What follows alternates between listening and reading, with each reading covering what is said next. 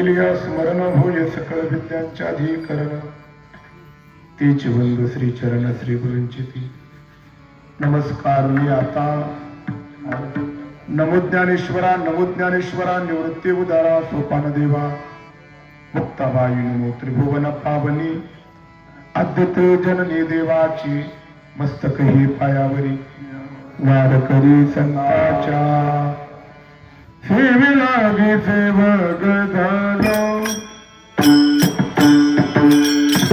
सेवे लागे सेवक झालो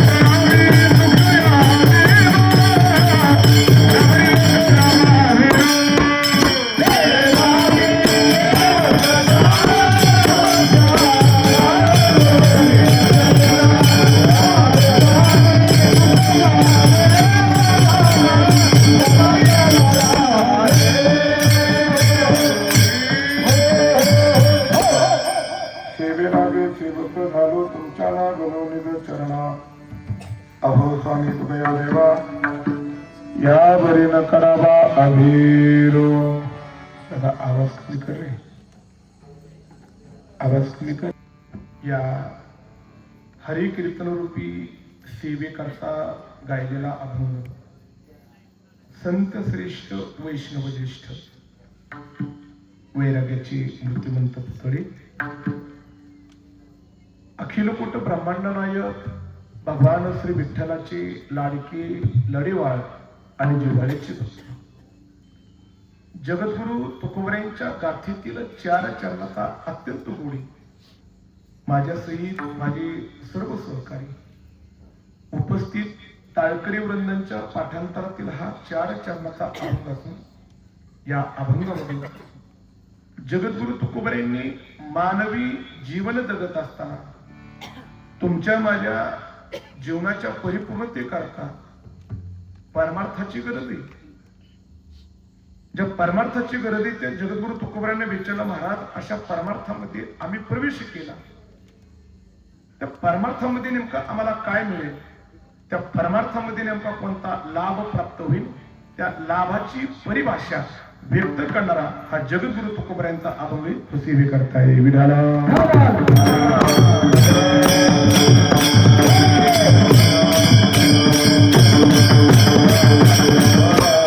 अत्यंत पवित्र आणि पावन अशा महापर्व काळामध्ये गेल्या 24 वर्षापासून श्री क्षेत्र मौजे मुळावडीवाडी या ठिकाणी स्वयंभू भगवान श्री हनुमंतरायांच्या ठिकाणी वास्तविक आणि भगवान श्री हनुमंतरायांच्या जन्म उत्सवाचं औचित्य साधलं.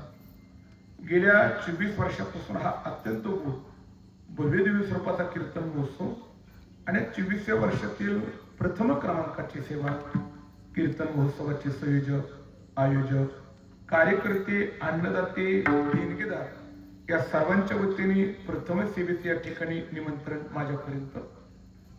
पण विशिष्ट सेवेचं निमंत्रण 5-6 महिन्यापूर्वीच माझ्यापर्यंत देण्याचं ज्यांनी काम केलं, परिसरातील पंचकृषीतील एक अत्यंत गोड अशा प्रकारचं व्यक्तिमत्व, आदरणीय आमच्या दौंड तालुक्यामध्ये ज्यांचं फार मोठं कार्य, आदरणीय आमचे खऱ्या अर्थाने विकासचे काकांच्या वतीने सेवेचं निमंत्रण माझ्यापर्यंत पोच करण्याचं काम करण्यात आलं. सर्वप्रथम मी काकांच्या पुढे आणि त्या असणाऱ्या सर्व सहकाऱ्यांच्या पुढे दंडवत प्रणिपात त्या ठिकाणी करतो. या कीर्तन महोत्सवाला खऱ्या अर्थाने ज्यांचं व्यासपीठ नेतृत्व आहे ते हरिभक्त परायण आदरणीय श्री परमेश्वरजी चंद्रकांतजी मरकर महाराजांच्या पुढेही दंडवत प्रणिपात त्या ठिकाणी मी करतो. त्या पद्धतीने इकडे आमच्या विनेकरी बाबांपासून आदरणीय चोपदारांपर्यंत परिसरातील पंचकृषीतील वारकरी संप्रदायाची धुरा समर्थपणे टाळाच्या माध्यमातून आपल्या खांद्यावरती पेलवणारा माझ्यापेक्षा परमार्थातील ज्येष्ठ, श्रेष्ठ, आदरणीय, वंदनीय, पूजनीय, गुरुनीय अशा टाळकरी वृंदाची उपस्थिती वेळेअभावी तुम्हा सर्वांचा नाम उल्लेख करणं शक्य नाही. तुम्हा सर्वांच्या पुढे दंडवत प्रणिपात त्या ठिकाणी करतो. ज्यांचा गोड या ठिकाणी मृदुंग आपण या ठिकाणी सहभाग करताय, संपूर्ण परिसराचं वैभव असणारे महाराष्ट्रातील ख्यातनाम मृदुंग सम्राट हरिभक्त परायण आदरणीय आमचे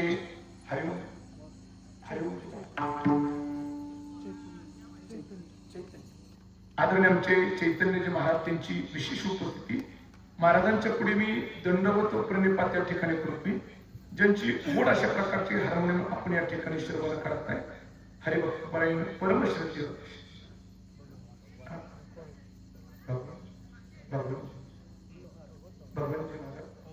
आदरणीय भगवानजी महाराज लोहार महाराजांच्या पुढेही दंडवत प्रणिपात त्या ठिकाणी करतो.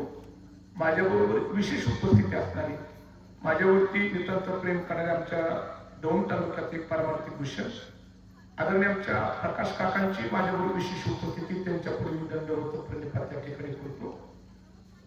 परिसरातील पंचकृषीतील या ठिकाणी गावच्या विकासाकरता योगदान देणारे पाठीमागे माझ्या काही तरुण बांधवांची विशेष उपस्थिती आहे. या तरुणांमध्ये काही परमार्थिक आहे, काही राजकीय, काही सामाजिक आहे, काही शैक्षणिक क्षेत्रामध्ये ज्यांचं फार मोठं कार्य, अशा माझ्या तरुण बांधवांच्या पुढे मी दंडवत प्रणिपात त्या ठिकाणी करतो. आणि त्या पद्धतीने ज्यांच्या आणखी उपस्थितीने या कार्यक्रमाला गोड अशा प्रकारची उंची प्राप्त झालेली आमच्या माता भगिनींची विशेष उपस्थिती आहे. त्यांच्या पुढे मी दंडवत प्रणिपात त्या ठिकाणी मी करतो. आणि तुम्हा सर्वांचा जास्त वेळ खर्चित न करता मर्यादित वेळेमध्ये मोजक्या शब्दामध्ये कीर्तन करण्याचा प्रयत्न करणार आहे. पण 24व्या वर्षातील प्रथम क्रमांकाचे सेवेचं ज्यांनी सौजन्य घेतलेले ते परिसरातील पंचकृषीतील एक अत्यंत गोड व्यक्तिमत्व असणारे, परिसराला एक उंची प्राप्त करून देणारे आदरणीय परमश्रद्धेय अनिलजी शिंदे साहेब, आदरणीय साहेबांच्या पुढे मी दंडवत प्रणिपात त्या ठिकाणी मी करतो. आणि ज्या माझ्या मित्राच्या माध्यमातून त्या कार्यक्रमाचं प्रसारण केलं. दादा, मला तुझं नाव माहिती? तन्मय. तन्मय कदम. लाईव्ह नाही ना? नाही. बंद केलं बरं झालं. तुला मागाशी म्हटलं लाईव्ह बंद करून काय लाईव्ह कार्यक्रम करण्याकरता कार्यक्रमाला फार मोठी उंची लागते त्याच्याकरता आणि त्या बऱ्याचशा गोष्टींचा अभाव अशा वेळेस काय होतं लाईव्ह कार्यक्रम तुम्ही करून जाता तर त्या लाईव्ह कार्यक्रमामध्ये आम्ही दिसतो आणि तेवढी उंची जर का नाही दिसली तर तुमच्या कार्यक्रमाच्या उंचीमुळे आमच्या कार्यक्रमाची उंची घसरते म्हणून त्याला म्हणलं पहिले ते बंद करून टाक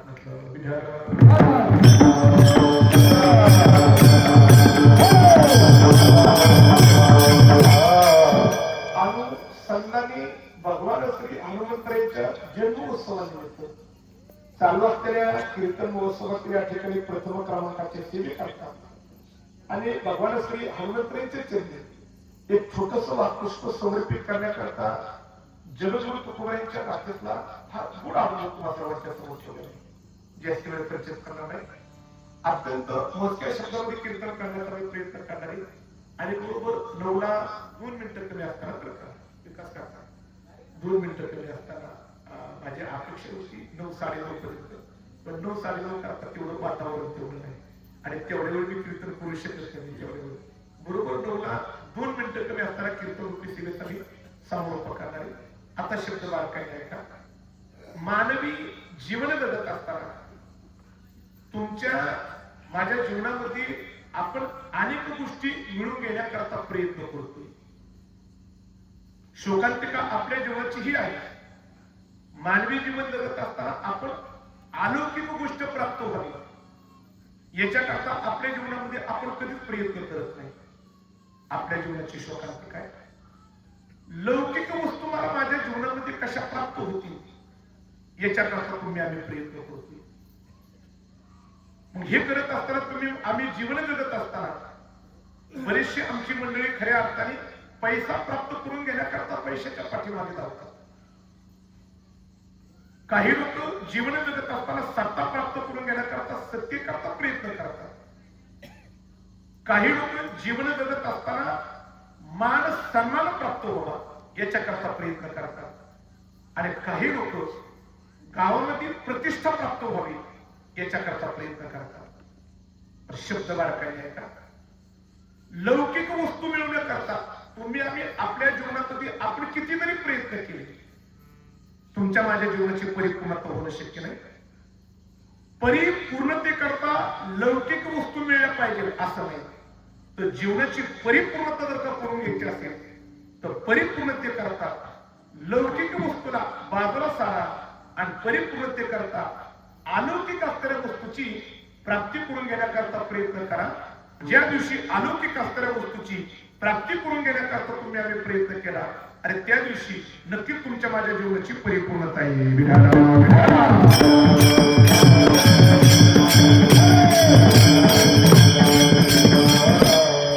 लौकिक वस्तू प्राप्त करून घेण्यामध्ये तुमच्या माझ्या जीवनाची परिपूर्णता आहे आणि मला वाटतं की ती वस्तू प्राप्त करून घेण्यात आणि ती वस्तू पाहण्यामध्ये तुमच्या माझ्या जीवनाची परिपूर्णता आहे. मी म्हणत आहे जगद्गुरु तुकोबारायांचं मूळ वाक्य महाराज म्हणतात की तुका म्हणे जन्म आल्याची सार्थ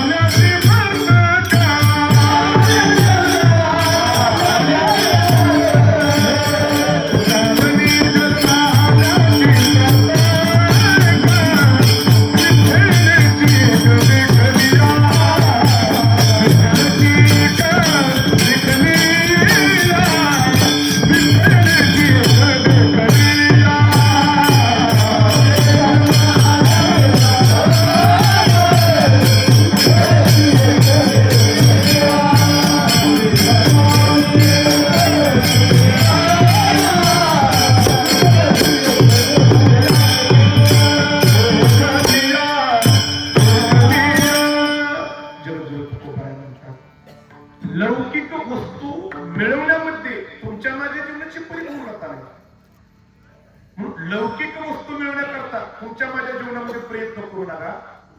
प्रयत्न करा अलौकिक वस्तू मिळवण्याकरता. आणि ते अलौकिक वस्तू मिळण्यामध्ये, त्या अलौकिक वस्तूचं दर्शनामध्ये तुमच्या माझ्या जीवनाची परिपूर्णता आहे. जगद्गुरु तुकोबाराय म्हणतात की जीवनाची परिपूर्णता आहे, जीवनाची सार्थकता आहे. जीवन आपलं धन्य झालं, पण धन्यता कधी मिळाली? महाराज म्हणतात तुका म्हणे जन्मा आल्याचे सार्थ विठ्ठलची कधी कधी आहे. जोपर्यंत जीवन जगत असताना, मानवी जीवन जगत असताना, अलौकिक असताना भगवान परमात्म्याचं तुम्हाला दर्शन होत नाही, त्याची प्राप्ती होत नाही, तोपर्यंत तुमच्या माझ्या जीवनाची अपूर्णता आहे. मग जीवन परिपूर्ण तिकडून येते तर अलौकिक असताना भगवंताचं तुम्हाला काय झालं पाहिजे? दर्शन घडलं पाहिजे, दर्शन घडलं पाहिजे, दर्शन घडलं पाहिजे. महाराज भगवान श्री विठ्ठलाच्या दर्शनामध्ये आमच्या जीवनाची परिपूर्णता आहे, आमच्या जीवनाची धन्यता आहे, आमच्या जीवनाची सार्थकता आहे. पण असा भगवान परमात्मा आम्हाला नेमका पाहायचा जर का ठरला तर आम्हाला पाहायला कुठे मिळेल? महाराज म्हणतात की तो पाहण्याकरता कुठे मिळेल? महाराज म्हणतात भीमा तेरी सवेरे नगरा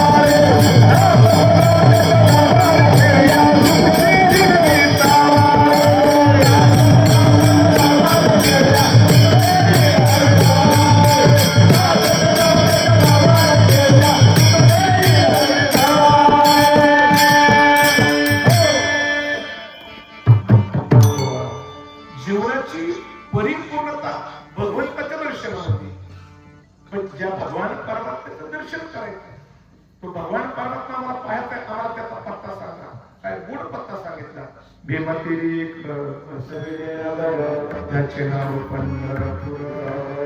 तिथे नवकाशी चार भुजा त्याशी बाईला 16 हजार. मूळ मोठं झालं. भीमातिरी नवसविले नगर चंद्रभागेच्या तीरावरती एक पंढरपूर नावाचा गाव. त्या पंढरपूरच्या गावाचा तो पाटील आहे आणि सामान्य पाटील नाही. त्या पाटलाला 1 नाही 2 नाही 3 नाही 16,108 बायका. आणि असा जो पाटील आहे त्या पाटलाच्या दर्शनामध्ये तुमच्या माझ्या जीवनाची परिपूर्णता आहे.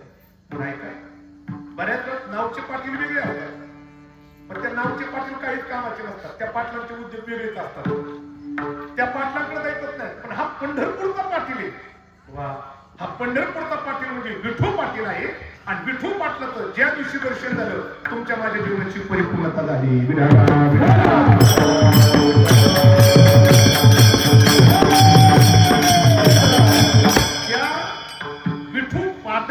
दर्शन करायचंय आणि त्याच्या दर्शनामध्ये खऱ्या अर्थाने आमच्या जीवनाचे काय म्हणताय?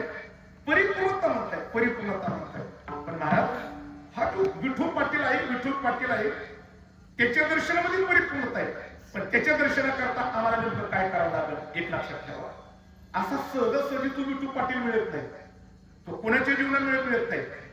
त्याला मिळवण्याचा प्रयत्न केला तर योग मार्ग, दान मार्ग, तप मार्ग, जप मार्ग या मार्गात तो विठू पाटील मिळवून सांगतेच नाही. ज्ञानोबरांनी तर हरिपाठामध्ये विठू पाटील मिळवण्याकरता ही जी साधनं सांगितली, या साधनांचा विचार केला. ही साधनं मोठी जरी असली, या साधनाने विठू पाटील मिळणार नाही. म्हणून तो ज्ञानोबरांनी म्हणतात योगया घरी नेनो ही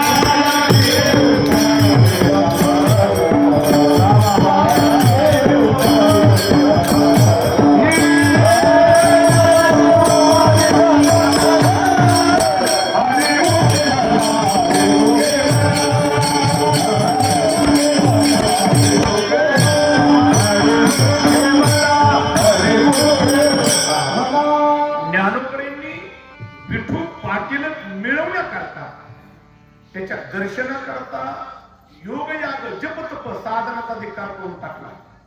माऊली म्हणतात की त्या साधनाने तुम्ही विठू पाटील म्हणून सांगता येत नाही, पण त्या साधनाच्या पाठीमागे जाऊच नका. महाराज विठू पाटील पाहण्यामध्ये आमच्या जीवनाची परिपूर्णता आहे, आमच्या जीवनाची सार्थकता आहे.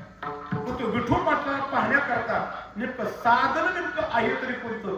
महाराज म्हणतात की इतर साधनाचा धिक्कार केला, पण अत्यंत गुण अशा प्रकारचं साधन आहे. त्या साधनाला नाव दिलं, त्या साधनाचं नाव आहे त्याला म्हणावा भक्ती नावाचं साधन. विधाना विधाना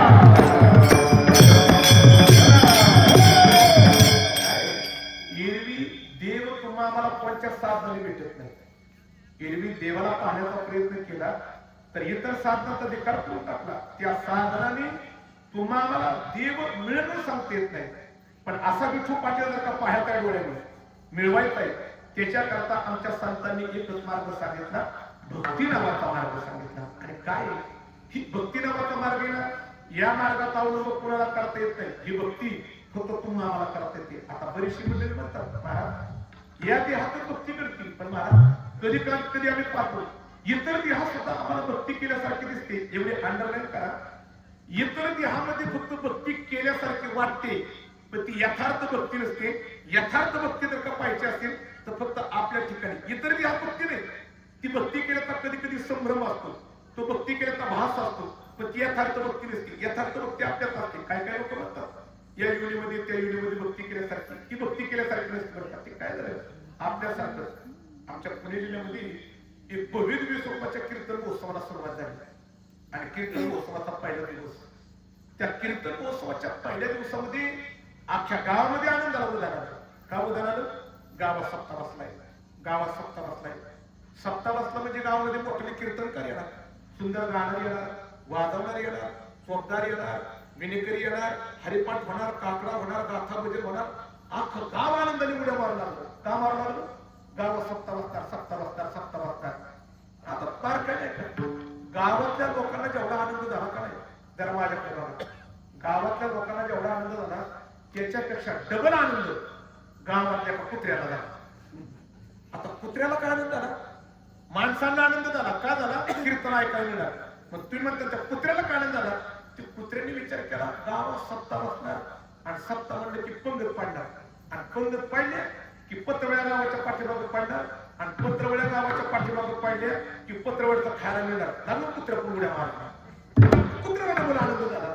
आणि तो योगायोगाने पहिल्या दिवसाचा कीर्तन महोत्सवाचा दिवस हरिपाठ झाला. आणि हरिपाठ झाला की आमचे सगळे वारकरी हरिपाठ सोडला, आणि ज्याच्या घरी पंगत ते त्याच्या घरी गेली. तसं कुत्र त्यांच्या पाठीमागे गेलं. मग कुत्र्याला माहित होतं घरात आपल्याला मिळणार नाही खायला, ते कुत्र घराच्या पाठीमागे गेलं.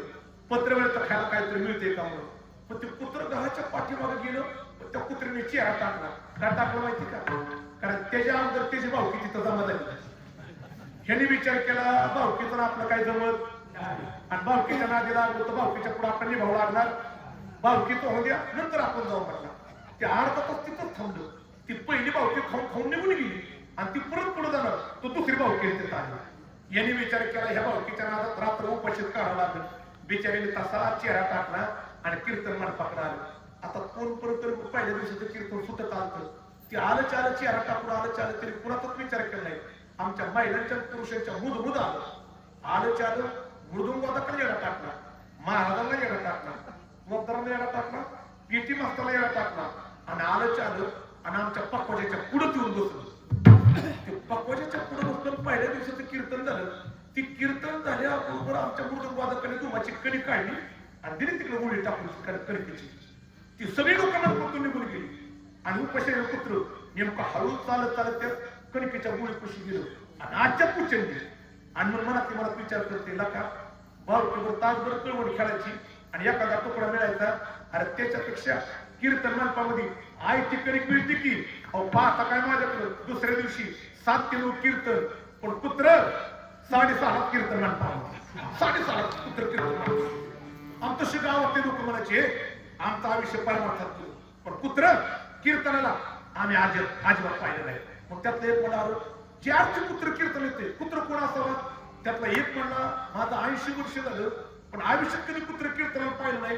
जे आरती कुत्र कीर्तन येते नक्कीच हा गेल्या जन्मातला वारकरीच असावा. तो म्हणला ए तुला तर हात कळत नाही माझ्या. तो काय वारकरी का म्हणलं मग कोण असेल. तो म्हणला मला वाटते ज्या अर्थी कीर्तनात महाराजांच्या पुढून बसतोय नक्कीच हा गेल्या जन्मातला कीर्तन करत असावा. आता कीर्तन करा काय कुत्र्याचं काय लोक विचार करतात ते काय नाही सगळे म्हणायचे कुत्र कीर्तन येते कुत्र कीर्तन येते. तुम्हाला हात रोज सांगू का ज्या लोकांना कीर्तनाचा गंध नव्हता ती लोक कधी कीर्तन येत नव्हती पण ती लोक सुद्धा 7 ते 9 कीर्तन पण 6 वाजता कीर्तन मंडपात बसायचे. कशाला कुत्र बघायला. हा तेवढं विसरूला कुत्र बघायला हे नाही म्हणता इकडे पंचकृषी बातमी पसरले पार जिकडे 5-5, 10-10 किलोमीटरहून जी लोक कीर्तन येत नव्हती ती लोक कुणी बैलगाड्या करून कुणी गाड्या करून कुणी ट्रॅक्टरनी कुणी जिबा करून सगळे माणसं 7 ते 9 कीर्तन कधी कीर्तनाला येत नव्हती पण 5 वाजता धर्ममंडप फुल भरायला लागला आणि सगळे लोक कीर्तनात पुढे बसायचे. कुणाला बघायला कुत्र्याला. हा तेवढं विसरू नका कुत्र्याला. हे 2-3 दिवस चांगले निघून गेले सगळे म्हणायचे गेल्या जन्मात हा कीर्तन करे सगळे म्हणायचे. ती 2-3 दिवस चांगले दिवस निघून गेले आणि एक दिवस आमच्या चैतन्य महाराजांसारखे मृदुंग वाजत आले. त्यांनी एवढा मृदुंग वाजवला आणि शेवटी तो ठोका टाकला. ते दुम फुटलं की कार्यकर्त्यांनी पक्का उच्चारला आणि दुम टाकणाऱ्याकडे आला. पण ते दुम टाकणार एवढं शान होतं त्याला मृदुंग डुलकीच कळत नव्हती. त्याला वाटलं डुलकीच आहे डुलकी म्हणून त्याने ते दुम टाकलं पण ते तुम्हाला डुलक्यासारखे आतून मीनी चिकटावली. आता मीनी चिकटावल्यामुळे त्या मृदुंग वादकाला वरून कणिक लावायची गरज पडली. त्यानंतर राहिलेल्या 2-3 दिवस कुत्र्याला काय कीर्तनात कणिक खायला मिळाली. कुत्र्याने विचार केला आता काय कीर्तनात राम राहिलेला. दुसऱ्या दिवशी कुत्र डायरेक्ट उठलं आणि वड्याला गेलं आणि तिकडे बसायला गेलं होतं. बसलं त्याला भानगाडीत. आमचा वारकरी सकाळ काकडा झाला आणि डबडून वड्याला गेला आणि नेमकं त्याच्या कुशी गेलं ते लांबून पाहिलं लांबून पाहून होतं लका रातचा कीर्तन कर वड्याला हिडत. आता मला सांगा ही फक्त भक्ती केल्यासारखी वाटते पण यथार्थ भक्ती त्या देहामध्ये नाही. अरे यथार्थ भक्ती जर कपोटी असेल ना ती फक्त तुमच्या माझ्या ठिकाणी. म्हणून तर महाराज म्हणतात की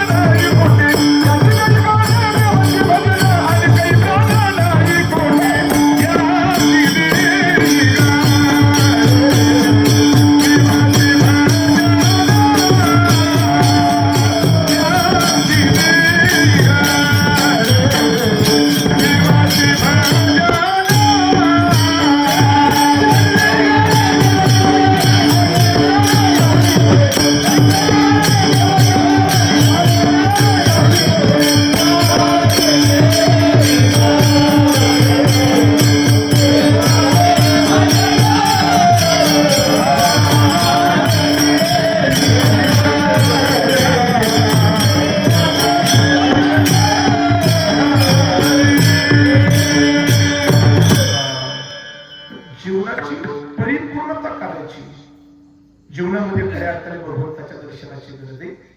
पण ते दर्शन करायचं असेल तर ती भक्ती करावी लागेल आणि भक्ती फक्त या देहात घडते. मग पुन्हा मला या देहामध्ये आलं तर भगवंताची भक्ती करायची आणि जीवनाची काय करायची सार्थकता करायची. मग प्रत्येकाला या देहात भक्ती करा भक्ती करा भक्ती करा भक्ती करा आमच्या साधू संतांनी उपदेश केला. पण ते उपदेश करत असताना काही लोक संतांनी सांगितलं भक्ती करा भक्ती करा भक्ती करा भक्ती करा. लोक मात्र त्या भक्ती नावाच्या मार्गाकडे वळण्याकरता तयार नाहीत. लोकांना सांगून सुद्धा लोक भक्ती नावाच्या मार्गाकडे वळण्याकरता तयार नाहीत.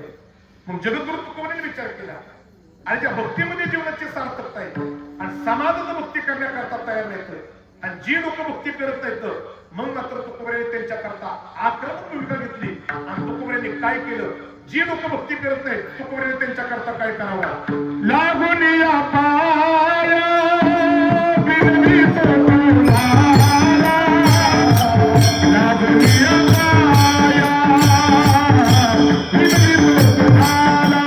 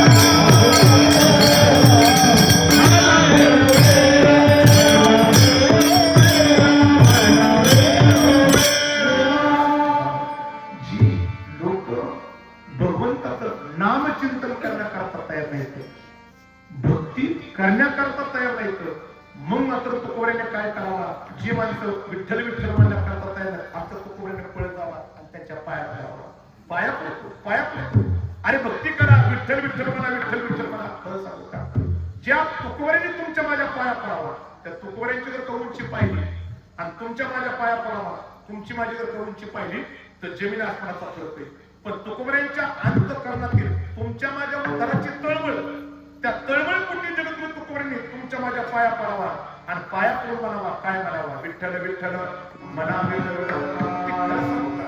अधिकार संपन्न तुकोबांनी तुमच्या माझ्या पाया पडावा पण त्या अधिकार संपन्न तुकोबांच्या जीवनाचा जर का विचार केला तर तुकोबांचा परमार्थातला अधिकार किती मोठा होता त्या अधिकाराबद्दल बोलत असताना रामेश्वर भट्टांनी म्हणाला तुकाराम तुकाराम हरी तुकाराम तुकाराम तुकाराम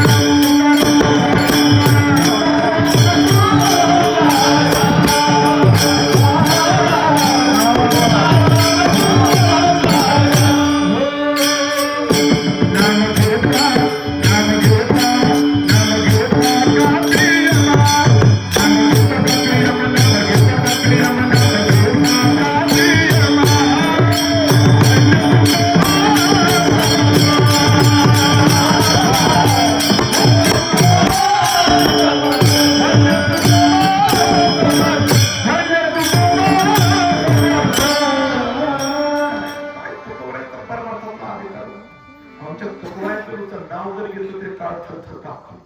आणि अशा तुकोबऱ्यांनी तुमच्या माझ्या पाया पडावा. थोडा तुकोबऱ्यांचं आपल्या अधिकाराचा फरक सांगतो.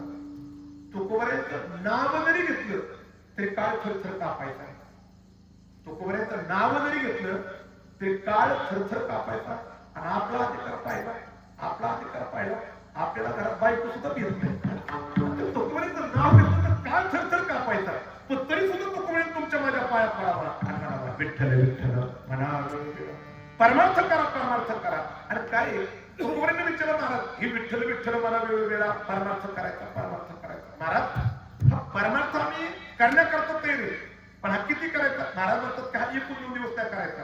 अखंड करायचा. किती करायचा? महाराज म्हणतात की एवढा करायचा, एवढा करायचा. महाराज म्हणतात की एकदा का भगवंताच्या चिंतनाची सवय लागली की त्याच्यामध्ये खंडता पडून देत नाही. महाराज म्हणतात हरे नेघे नेघे नेघे महादेव वाचा विसावा, नेघे नेघे नेघे माझी वाचा विसावा.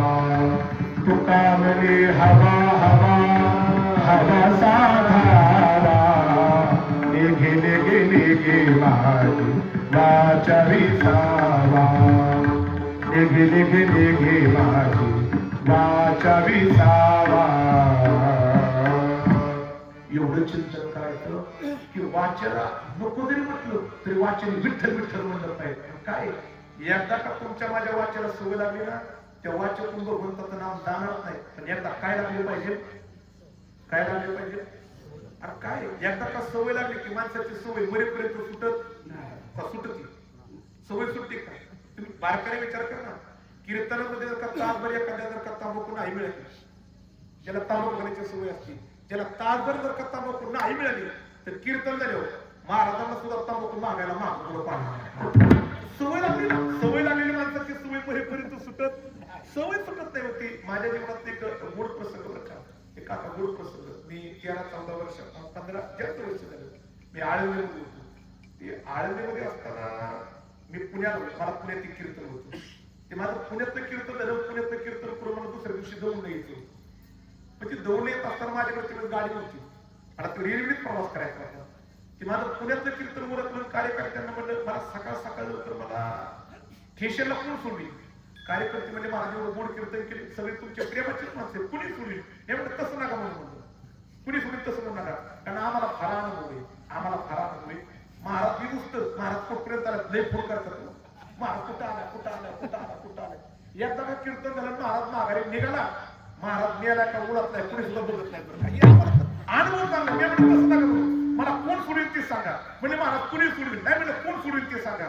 त्यातलं एक मला महाराज हे योगा म्हणून आमच्या खुशीची ते टांग्यावर चाललं. कार्यकर्त्याने त्याचा टांगा आणावा. हे महाराजांना सकाळ 6 ठेशनला सोडवशील का? ते मला सोडवायचं काय नाही म्हणलं, पण एवढं सकाळ सकाळ महाराजांकरता उठायचं सोडवायचं. महाराज मला दायातच पैसे देतात, पण माघारी येतं कोण देईल? मी म्हणलं जायचं पणा तर यायचं पणा. ते 100 रुपये त्याला तिथं दिलं. तिथं दिलं तर ती बरोबर ठरल्याप्रमाणे 6 तर बरोबर ती टांगा घेऊन आली. मी माझ्या घरातलं होतो, मी टांग्यामध्ये बसलो, तो पण बसला. ते बसल्याबरोबर त्याने ती घोड्याचा लगाम धरला आणि लगाम धरले घोड्याला चाबूक मारला. जसा चाबूक मारला तसं घोडं पळायलाच लागलं. आणि मी टांग्यात बसल्या मला ते म्हणत म्हणलं वा आयुष्यात पहिल्यांदा टांग्यात बसले, पण काय मस्त वाटते. ते टांगा चलत असताना काय झालं, ते टांग्याचं घोडं 15 पाऊल चाललं, जागेवर थांबलं. ते जागेवर थांबल्यावर मी म्हणलं मित्र अरे ते टांगा का थांबला? ते मला बाबा 2 मिनिटं थांबा म्हणला.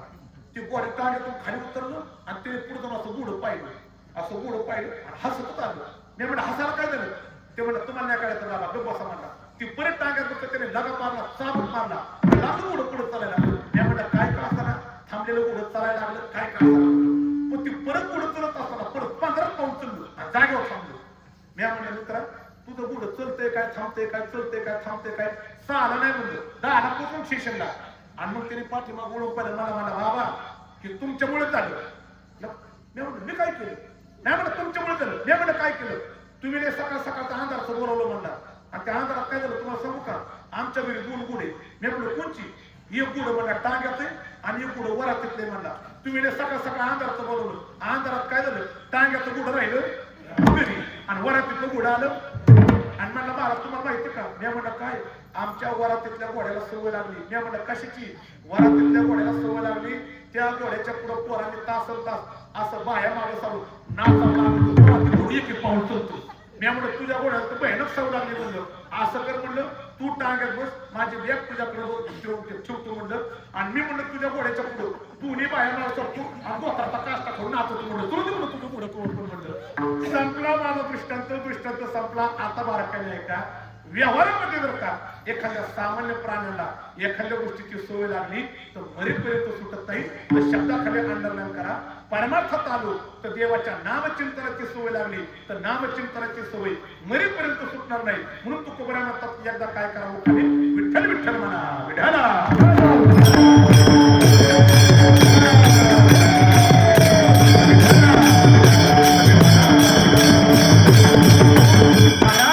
परमार्थामध्ये आम्हाला ही भक्ती करण्याकरता सांगताय, नामचिंतन करण्याकरता सांगताय, विठ्ठल विठ्ठल विठ्ठल विठ्ठल विठ्ठल आम्हाला म्हणण्याकरता सांगताय. अशा देवाचं जर का नाव घेतलं तर आम्हाला नाही काय अधिकार प्राप्त होतो? मला वाटते आपण हनुमंतरायांच्या मंदिरात ती जुनी लोक म्हणायची बरं का, मला माहिती नाही. ती जुनी लोक म्हणायची सकाळ उठल्या उठल्या माणसाने कधी वानराचं माकडाचं तोड कधी बघू आणि बघितलं तर दिवस चांगला जात, असे जुने काय काय लोक म्हणायचे बरं का. ऐका ऐका. पण त्याच वानरयुनीमध्ये माझ्या भगवान हनुमंतरायांचा काय झाला? जन्म झाला. पण त्या वानरयुनीमध्ये जन्माला आलेल्या माझ्या हनुमंतरायांनी माझ्या रामनामाचं चिंतन केलं आणि रामनामाचं चिंतन केल्यामुळे रामनामामुळे माझ्या हनुमंतरायांकडे एवढा मोठा अधिकार प्राप्त झाला की त्या अधिकारामध्ये माझ्या हनुमंतरायांचं जर का नाव घेतलं तर सर्व दुःखाची निवृत्ती होती.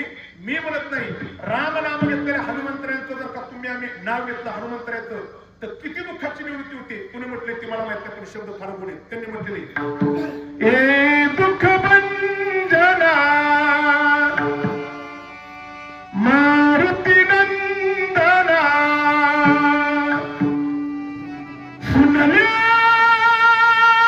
मेरी पुकार पवन सुता विनंती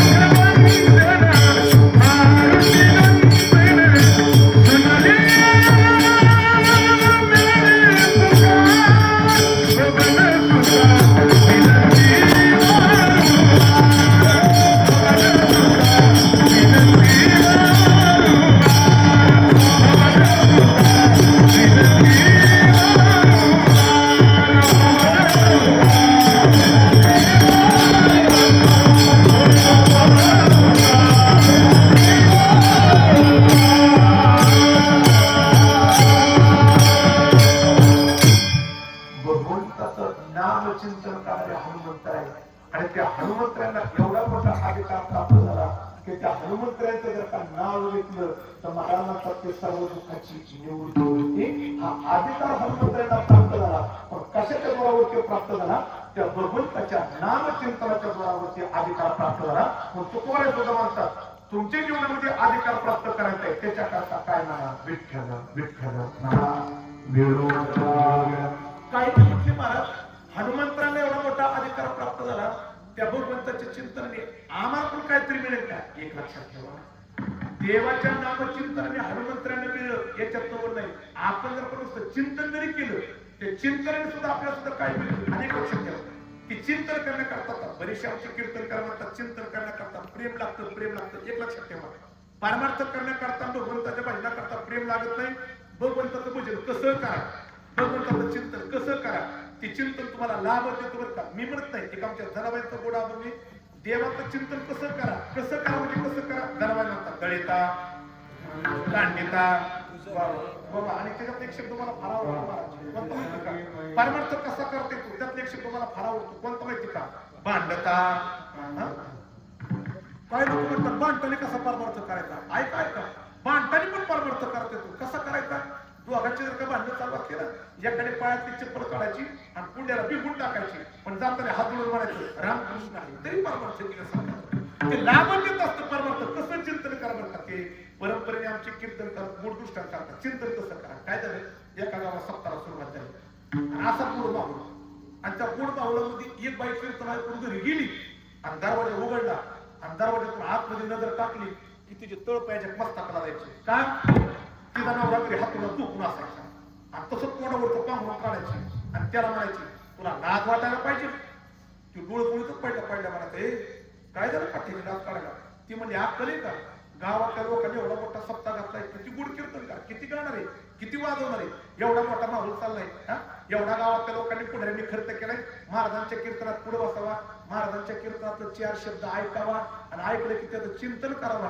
त्या चिंतनातून काहीतरी मिळेल का? घरी झोपून आणि दररोज बायको पान उतारा करायची, घरी गेली तोंडावर पांघरून तुला लाज वाटायला पाहिजे. महाराजांच्या कीर्तन पुढे बसावा, कीर्तनातलं 4 शब्द ऐकावा, त्याचं चिंतन करावं, त्यातून काहीतरी मिळेल. घरी झोपून आणि 3 दिवस पान उतारा केला आणि मग एक दिवशी मनात विचार करतोय तो, ह्या गावातल्या पुढऱ्यांना नाही तर काम, हेंडे आपल्या सत्याचा उद्योग, आणि ही दररोज कीर्तनाला जाते आणि माझा मान उतारा करते आणि मला म्हणते महाराजांच्या कीर्तनातलं 4 शब्द ऐकावा, त्याचं चिंतन करावा, काहीतरी मिळतं. आज मला 5व्या दिवशी महाराजांच्या कीर्तनात जातो आणि त्याच्या कीर्तनातलं 4 शब्द ऐकतो आणि त्याचं चिंतन करतो.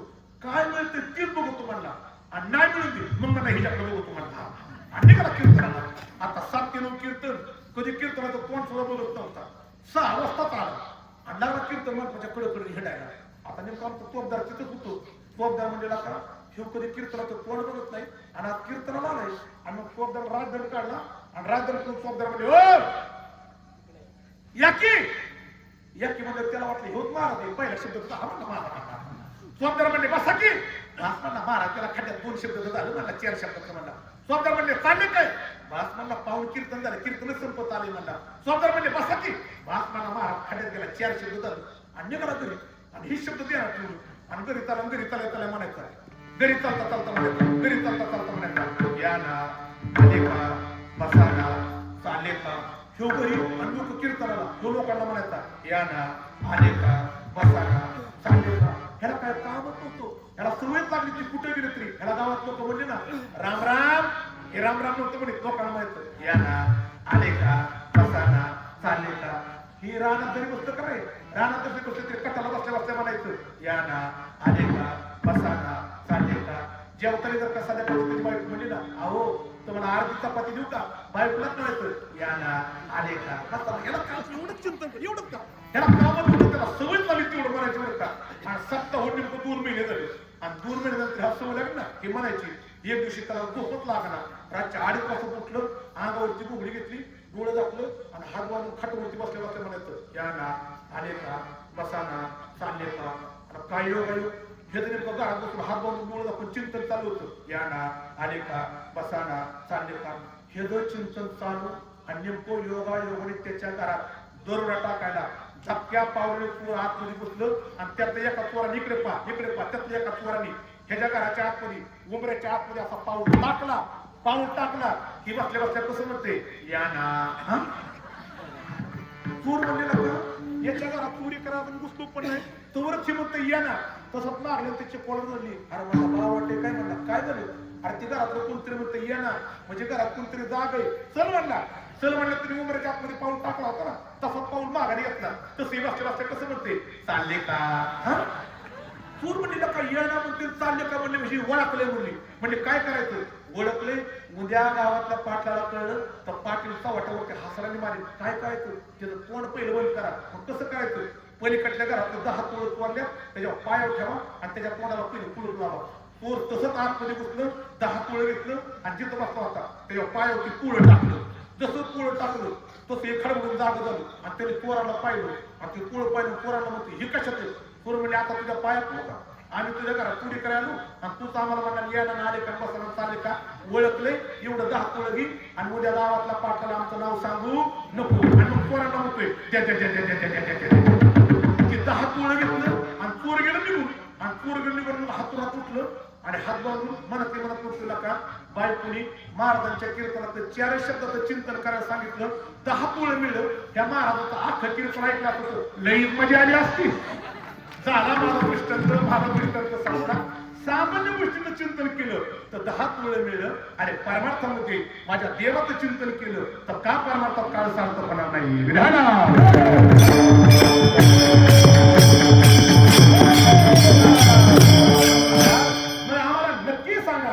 देवाचं आम्ही चिंतन केलं तर काही ना तरी मिळतं. पण महाराज नेमकं काय मिळतं तेवढं जर का कळालं तर आमच्या जीवनाची परिपूर्णता होईल आणि आम्ही देवाचं चिंतन करण्याकरता तयारी.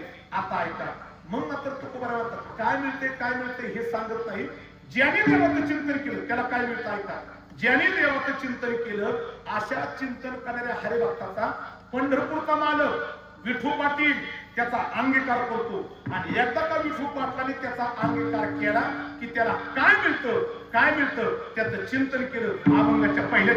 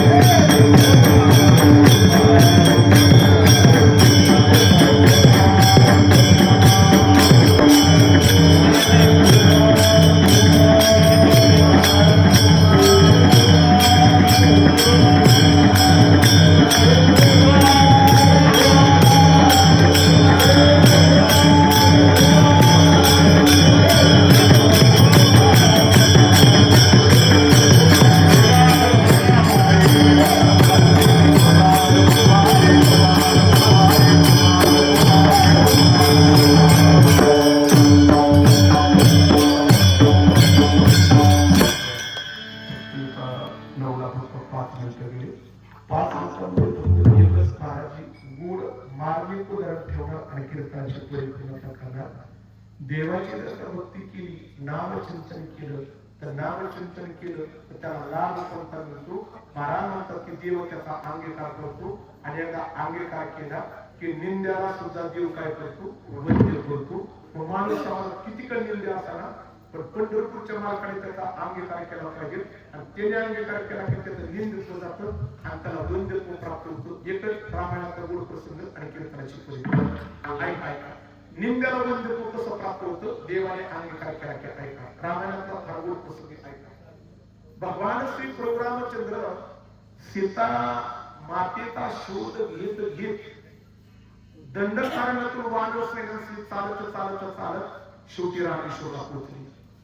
आणि रामेश्वरला गेल्यानंतर लंकेकडे जात असताना समुद्र पार कसा करावा याची चर्चा करू लागली. त्या चर्चेमध्ये हनुमंतराने सांगितलं, ज्या समुद्राने वाट टाळवली त्या समुद्राला विचारा. ती समुद्र देवता प्रगट झाली आणि प्रभूने सांगितलं, प्रभू मी वाट देणार नाही पण समुद्र पार करण्याकरता एक वाट दाखवली. कोणची वाट? समुद्रावरती तुम्ही सेतू बांधा. प्रभू म्हणजे सेतू कशाचा? समुद्र देवता म्हणली सेतू बांधा तू दगडाचा. पण प्रभू म्हणले की पाण्यावरती दगड तरंगतील का? दगड तरंगतील का? देवाच्या मनातून विचार निघाले. हनुमंतराने देवाचा हात धरला, देवाला कोपऱ्यात नेलं. देवा जरा शांत बसा तुम्ही. देव म्हणजे हनुमंता का तुम्हाला कळतच नाही काय झालं? अहो देवा नुसतं तुमचं नाव जरी घेतलं हा पोह सिंधू तरतोय, तुमच्या नावाने पाण्यावरती दगड का तरंगणार नाही? प्रभूंना बळच मर्जीत आणलं तयार केलं. देवाला वाटलं की हनुमंतरायलाच म्हणतात नावाने दगड तरगण दगड दागड तरगण तरगण तरगण, पण हे मनाला काय जाते? उद्या जर का दगड नाही तरंगला तर समाजात आत्मा माझा होईल. मग देवाने भीतीचा धोका दिला. मग हनुमंतराने राम नामाचा पहिला दगड घेतला, राम नाम त्याच्यावरती टाकलं, तो दगड घेतला देवाच्या हातात गेला. देवाने राम नामाचा दगड घेतला, नळनिळाच्या हातात दिला आणि ऐका ऐका इकडे पहा सर्वांनी. नळनिळाने राम नामाचा पहिला दगड घेतला, पहिला दगड घेतला आणि डोळं दाखवून राम नाम घेऊन पाण्यामध्ये टाकल्याबरोबर ऐका रे, जगातली पहिली मोठी क्रांती घडली.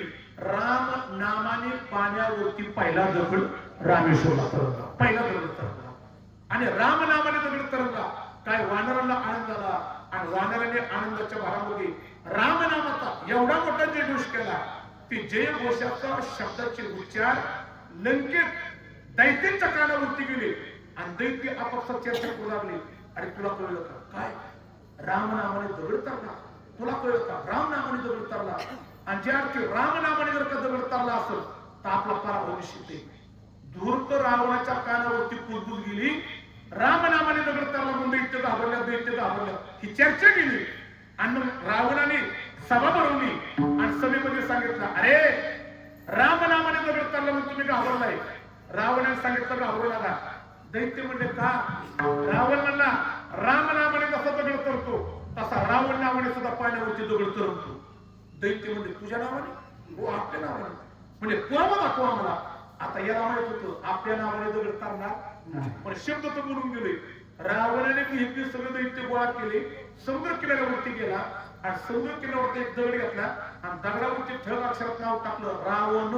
आमचं दगड रावणाने उचलला.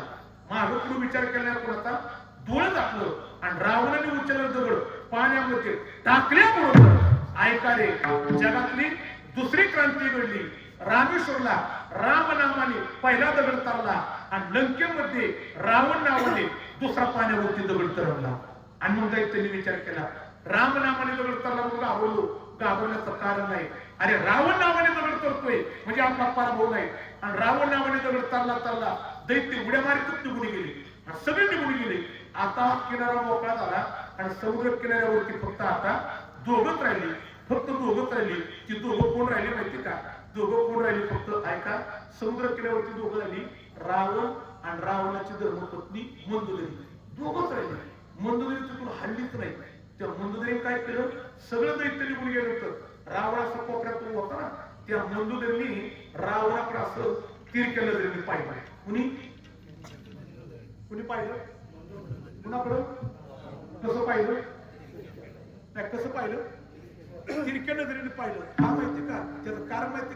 तिने तिरक्यानं जर रावणाकडचं पाहिलं माहिती का त्याचं कारण मंदोदरीला एकटीलाच माहित होतं आपला गडी तेवढ्या लायकीचा हे तिला माहित होतं तिला माहित होतं माणसातून अपमान करायला ती पतिव्रता होती आणि मग घरी गेलं मंदोदरी विचारलं का हो प्रभू रामनामाने दगड तरला मी ऐकू नये पण ती सकाळी तुमच्या नावाने पाण्यावरती दगड कसा तरंगला आणि मग रावणाने डोक्यात तंबूट काढून विषयावरती पिळी दिला मंदोदरी हे तुझ्या डोक्याच्या बाहेर याला राजकारण म्हणतात ती म्हणजे पाया पडू का या राजकारणाचं वाटवून केलं कुणाला मतदान करायचं तीच कळणार राजकारण नका सांगू म्हणले ते दगड कतारला आणि मग रावण हळद मंदोदरीच्या कानापाशी आला मंदोदरी दगड कतारला हे फक्त तुला म्हणून सांगतो नक्की कुणाला सांगतो कारण त्याला माहित होतं ह्या महिलांचा स्वभाव आहे फक्त एकमेका म्हणतात तुला म्हणून सांगते कुणाला सांगू नको तुला म्हणून सांगते कुणाला सांगू नको आणि खरं सांगू का नुसत्या म्हणतात तुला म्हणून सांगते तुला म्हणून सांगते तुला म्हणून सांगते आणि अख्ख्या गावाला जाऊन ही पिटी दिली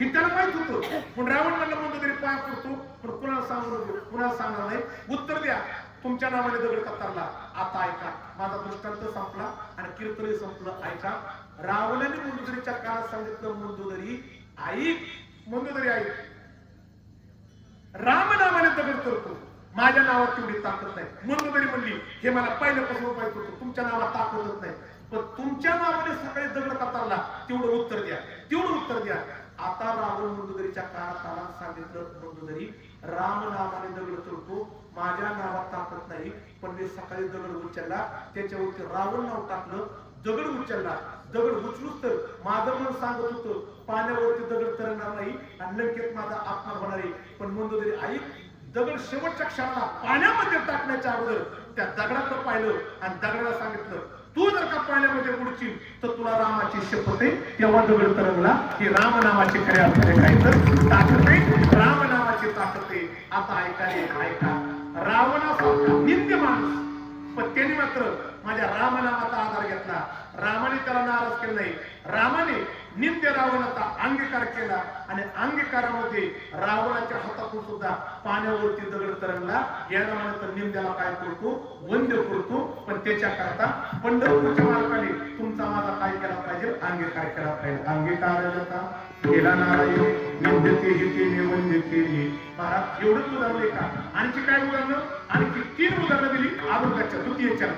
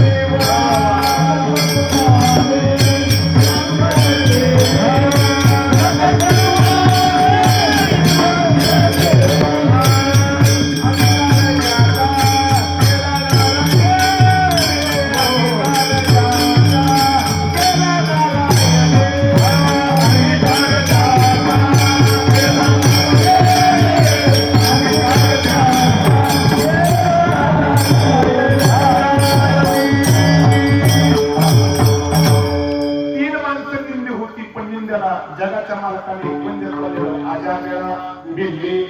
शिवशी कुंटिनी ही तिघ निंदे होते पण देवाने वंदे केली महाराज एवढ्याला वंदे केलं का अजून काय उदाहरण महाराज म्हणतात ब्रह्महत्याराचे पातके आकार वाल्मिक किंकर वंदे केला वाड्यासारखा माझ्या पोळ्याला पाटप्पा पापी पण राम नावाचा आधार घेतला आणि देवाने अंगीकार केला आणि त्याला समाजामध्ये वाल्मिक ऋषी केला का केला कारण निंदते हिते निवंदे केले अंगीकार ज्याचा कीर्तन झालं निंद्याला देव वंद्य करतो आम्हाला याच्यासारखं वंद्य व्हायचंय पण याच्या करता आम्हाला काय करावं लागेल महाराज की त्याच्या करता हे प्रमाणे तुका म्हणे येते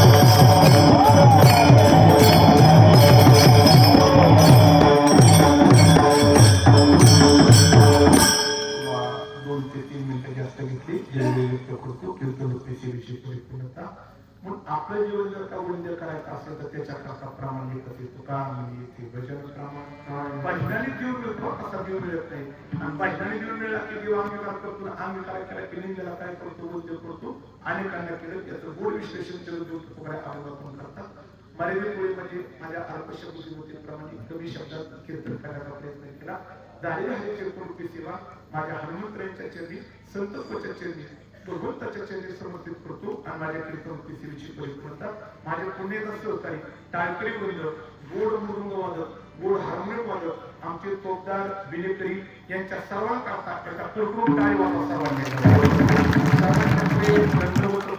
मी करतो पुन्हा एकदा समारोपामध्ये ज्यांच्या माध्यमातून मला तुम्हा सर्वांच्या दर्शनाचा योग घडला आदरणीयांच्या खऱ्या अर्थाने दौंड तालुक्यामध्ये गोड अशा प्रकारचे कार्यरत असणारे आदरणीयांचे विकास काका आहेत त्यांच्या पुढे दंडवत प्रेमपात आणि त्यांच्याच माध्यमातून ज्यांनी सौजन्य घेतले आदरणीय श्री परमश्रद्धेय परिसरात पारमार्थिक राजकीय सामाजिक शैक्षणिक क्षेत्रामध्ये योगदान देणारे आदरणीय आमचे अनिल शिंदे साहेबांच्या चरणीच्या ठिकाणी खऱ्या अर्थाने मी दंडवत प्रेमपात त्या ठिकाणी करतो सर्वांचा त्या ठिकाणी मी आभार मानतो आणि माझ्या कीर्तनवृत्ती सेवेची परिपूर्णता पण परिपूर्णतेमध्ये जात असताना आमच्या आयोजकांनी माझ्या काळामध्ये एक अत्यंत सुंदर बातमी दिली की वारकरी संप्रदायामध्ये सर्वात मोठं स्थान जर का कोणाचं असेल तर बरेच जण म्हणतात की टाळकरी बरेच जण म्हणतात कीर्तनकारी बरेच जण म्हणतात की याला माने त्याला माने पण खरा मान जर का कोणाला असेल तर आदरणीय आमच्या चौथ्याला मान असतो किती मान असतो ज्ञानोबराच्या सोहळ्यामध्ये आपण पाहता एकदा का आमच्या चौकदारांनी राय दंड उचलला की किती मोठी दिंडी असो आणि किती मोठे दिंडी चालक असो सगळी गद्दार करण्याची ताकद पण आपली एवढंच नाही ज्ञानोबराच्या सोहळ्यात शाळेत आला तुमचा डीएसपी असो एसपी असो तर कुणी असो पण आमच्या चौकदाराच्या पुढे त्याची बोलण्याची हिंमत होत याच्या पुढे का एखादा मंत्री जरी आला आणि मुख्यमंत्री जरी आला तो चौकदाराच्या पुढे त्याचं काही करत नाही एवढा मोठा चौकदाराला काय असतो मान असतो आणि ती चौकदाराची सेवा करणारी चौकदाराची सेवा करणारी नाव काय शिवाजी साळुंखे बरोबर ना शिवाजी साळुंखे वा आणि तेवढाच मोठा मान आदरणीय आमच्या शिवाजी भाऊ साळुंखेला आहे आणि एवढं उंचीच व्यक्तिमत्व सेवा करते आणि त्यांच्या जीवनातला अत्यंत महत्वाचा दिवस आहे तो म्हणजे त्यांचा काही त्रास करा आदर्श चिंतन सोहळा म्हणजे त्याला आत्म्याचा वाढदिवस आहे टाळी वाजवून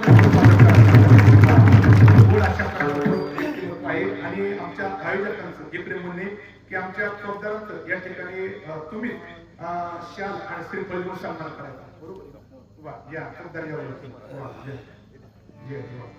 सर्वांनी एकदा टाळी वाजवायचा त्यांच्या पुण्य एकदा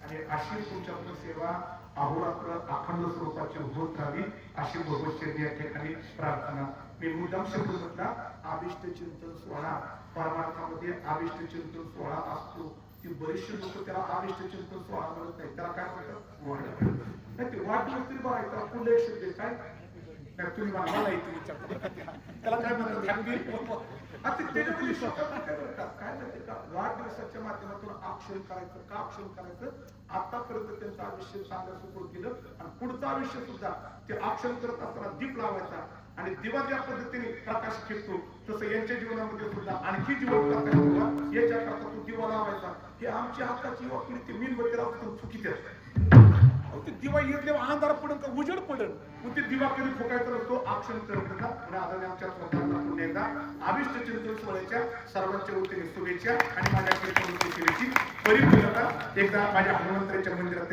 जाता जाता सर्वांनी गुढ भजन करा आणि धर्म म्हणून सोडायचा हातवर करा सर्वांनी एकदा ज्या हनुमंतराने भजन केलं जागृत देवस्थानी ना जागृत देवस्थानी बरं का माझ्या हनुमंतराय मंदिरातून पाहतात मी जे राम नामाचं भजन केलं ते राम नामाचं भजन कोण कोण करत नाही ती बघतो आणि ज्यांनी धर्म मंडपात बसून राम नामाचं भजन केलं नाही हनुमंतराय म्हणजे त्याला भेट असताना बघतो गदात घेतो म्हणजे त्याच्याकडे मग सर्वांनी एकदा राम नामाचं भजन मारा श्रीराम जय राम जय जय राम श्रीराम जय राम जय जय राम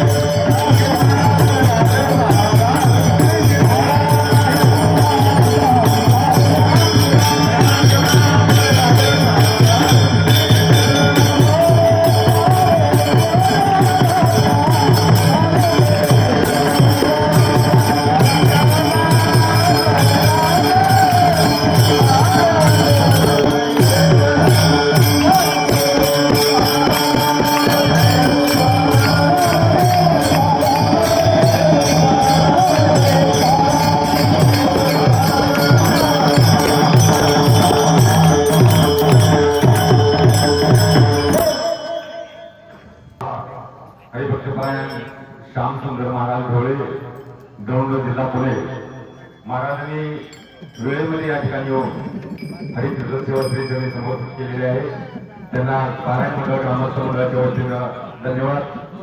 त्याचबरोबर उद्या परंपरेनुसार उद्या द्वादशीचा दिवस आहे, सप्ताहातील दुसरा दिवस. उद्या भंडाऱ्याचा उत्सव असल्यामुळं नियोजित कीर्तन सोहळ्यामध्ये बदल आहे. 8-7